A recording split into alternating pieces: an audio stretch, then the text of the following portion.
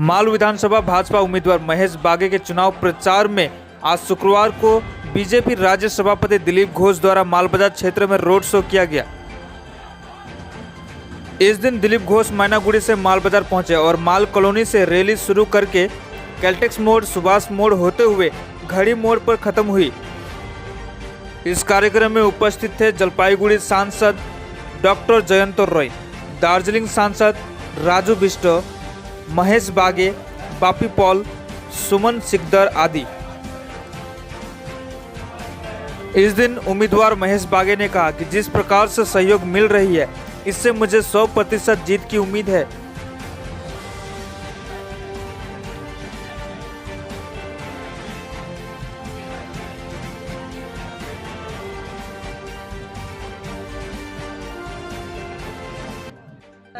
ব্যস্ততা প্রোগ্রাম আছে, 4-5 জায়গা প্রোগ্রাম আছে দিলীপবাবু। সময়ের কারণে উনি আসতে পারেন, সময়টা মেনটেন করা যায় না, উনি আসতে পারেন না। এটা যেন দুঃখের কোনো ব্যাপার নাই, অনেক আছে, খুশি আছে। আজকে যে মালবাজারে যে সারা পাওয়া গেছে,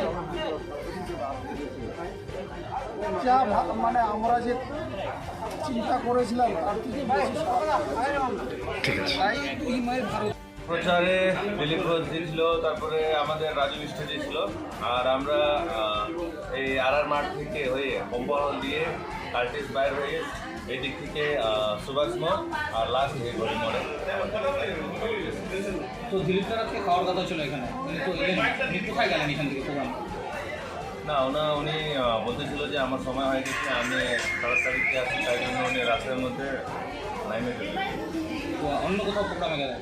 হ্যাঁ, কত লোকের একটা উপস্থিতি ছিল সেখানে? আজকের উপস্থিতি তো আপনারা ভালোই করে দেখতে পারলেন বোধহয়। এখন এটা আমার বলা মনে করি, মানে যত বলবো এটাই কম। ভোটের ফলাফল নিয়ে কতটা নিশ্চিত? 100% আছে। কত আশাবাদী আজকে প্রচারে? এটা করে তো আর মানে যারা ছাড়া ছিল তারাও মনে হয় চলে আসলো।